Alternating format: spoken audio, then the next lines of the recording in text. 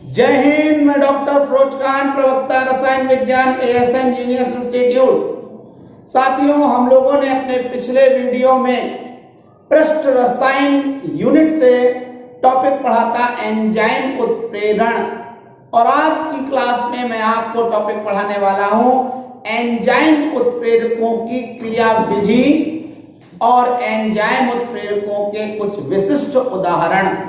तो आज के ये दो टॉपिक हैं एंजाइम उत्प्रेरकों की क्रियाविधि और एंजाइम उत्प्रेरकों के विशिष्ट उदाहरण।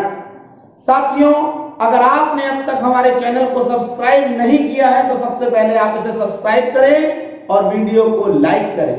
साथियों, इसके अलावा इस वीडियो को आप ज्यादा से ज्यादा शेयर करें ताकि ये केमिस्ट्री के इंटरेस्टिंग वीडियो ज्यादा से ज्यादा स्टूडेंट्स तक पहुंच पाए और उनकी केमिस्ट्री की पढ़ाई में हेल्प हो पाए। मैं एक बात आपसे और बोलूंगा कि अगर आपकी कोई भी क्वेरीज हो तो स्क्रीन पर फ्लैश हो रहे नंबर्स पर आप हमें व्हाट्सएप मैसेज करके अपनी क्वेरी को क्लियर कर सकते हैं। तो चलिए, आज की क्लास में हम लोग शुरू करने जा रहे हैं सबसे पहले एंजाइम उत्प्रेरकों की क्रियाविधि। एंजाइम उत्प्रेरकों की क्रियाविधि के विषय में क्या लिखेंगे? एंजाइम उत्प्रेरकों की क्रियाविधि को समझाने के लिए ताला कुंजी सिद्धांत प्रस्तुत किया गया है। जो एंजाइम उत्प्रेरकों की क्रियाविधि है, इसे समझाने के लिए ताला कुंजी सिद्धांत प्रस्तुत किया गया है। आपको याद रखना है कि इस सिद्धांत के अनुसार हम लोग लिखेंगे एंजाइम उत्प्रेरक की सतह पर निश्चित आकार की दरारें पाई जाती हैं। आपको याद रखना है कि जो एंजाइम उत्प्रेरक हैं, इनकी सतह पर निश्चित आकार की दरारें पाई जाती हैं। ये जो दरारें हैं, इनका आकार निश्चित है, तो मैंने बताया कि निश्चित आकार की दरारें पाई जाती हैं। इन दरारों में सक्रिय समूह जैसे कि सी डबल, जो दरारें हैं, इन दरारों में आपको याद रखना है सक्रिय समूह। जैसे कौन कौन से समूह? जैसे कि C double OH, NH2, SH, ये सब सक्रिय समूह होते हैं।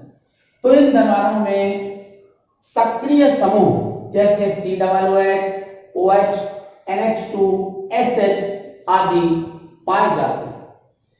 इन सक्रिय समूहों को सक्रिय केंद्र कहते हैं।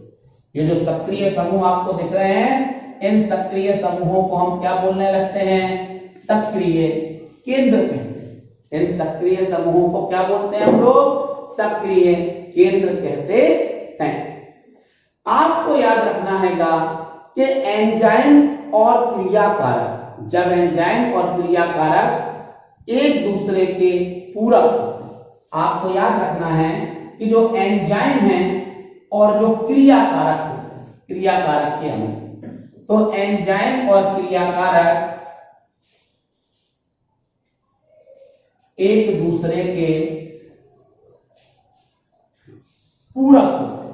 पूरक एंजाइम और क्रियाकारक एक दूसरे के पूरक होते हैं, ठीक उसी प्रकार से जैसे ताला और कुंजी एक दूसरे के पूरक होते हैं।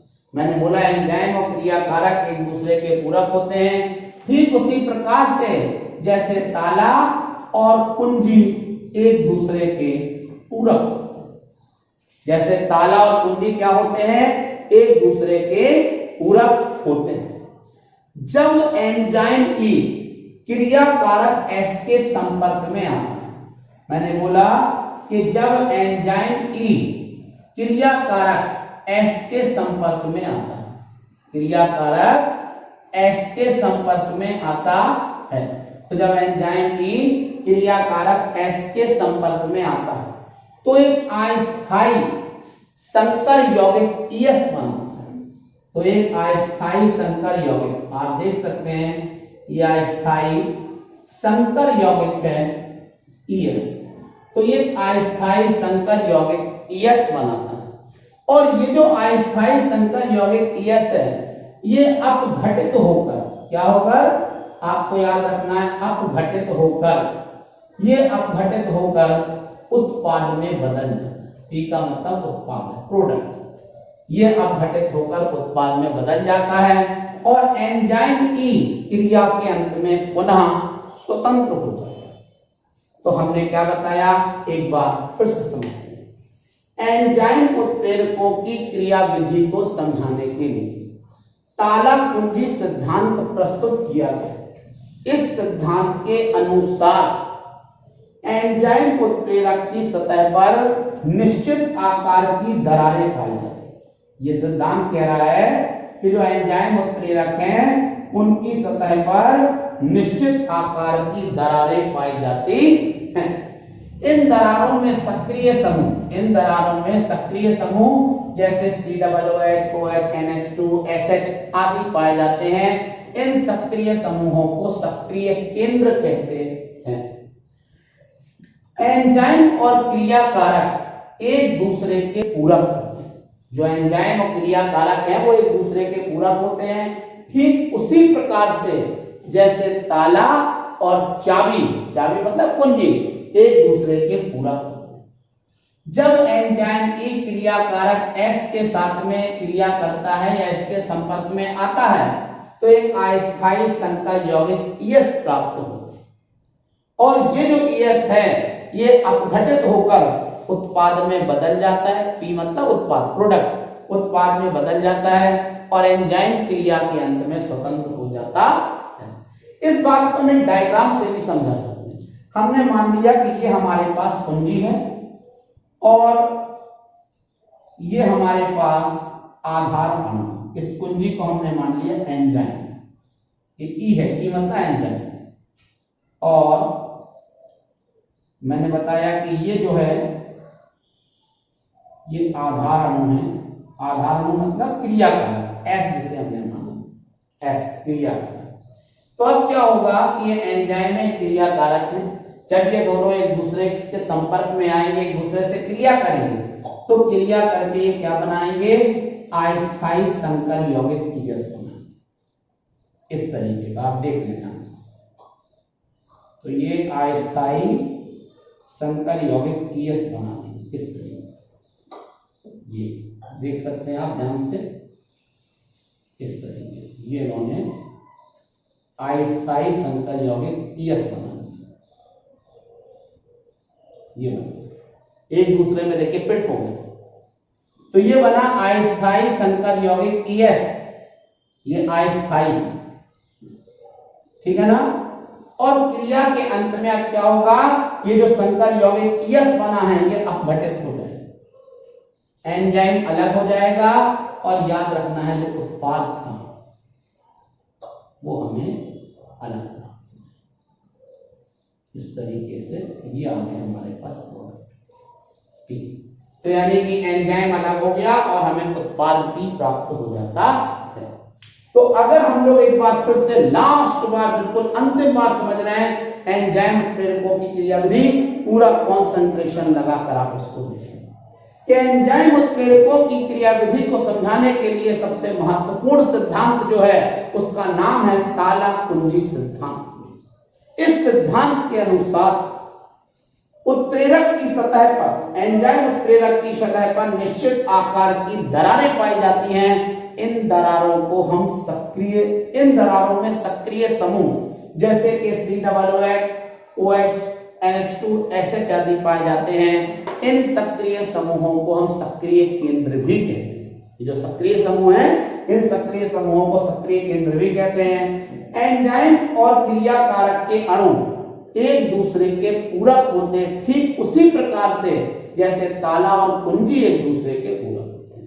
तो एंजाइम और क्रियाकारक जो हैं वो एक दूसरे के पूरक होते हैं, ठीक उसी प्रकार से जैसे ताला और कुंजी एक दूसरे के पूरक होते हैं। जब एंजाइम ई क्रियाकारक S के संपर्क में आता है तो अस्थायी संकर यौगिक ES बनाता है, अस्थायी संकर यौगिक ES बनाता है और ये अस्थायी संकर यौगिक अपघटित होकर उत्पाद में बदल जाता है और एंजाइम क्रिया के अंत में स्वतंत्र हो जाता है। आप आपको याद रखना है, ये हमने डायग्राम से भी इसको बना सकते हैं। ये एंजाइम ई हो गया, ये क्रिया कारक अणु एस हो गया, दोनों ने आपस में क्रिया करी तो देखिए एंजाइम जो है वो क्रिया कारक में जाके फिट हो गया, अस्थायी संकर यौगिक पीएस बना और ये अपघटित होकर फिर उत्पाद में बदल रहा है। आपको याद रखना है साथियों, ये तो था एंजाइम उत्प्रेरकों की क्रिया विधि के बारे में। अब मैंने कहा एंजाइम उत्प्रेरकों के कुछ हम उदाहरण भी पढ़ने जा रहे हैं।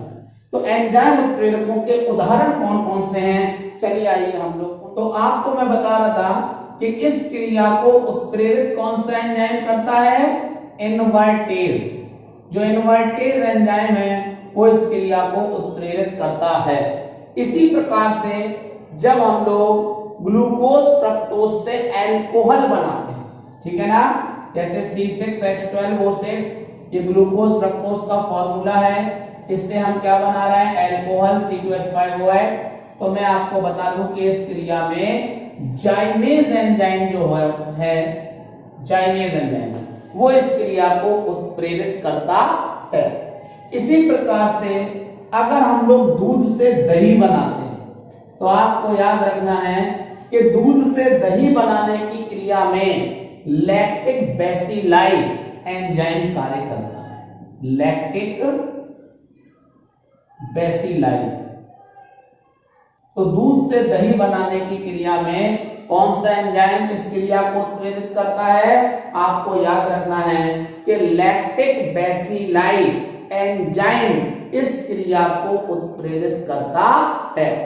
इसी तरीके से जब हम लोग प्रोटीन को पेप्टाइड में बदलते हैं तो पेप्सिन एंजाइम इस क्रिया को उत्प्रेरित करता है।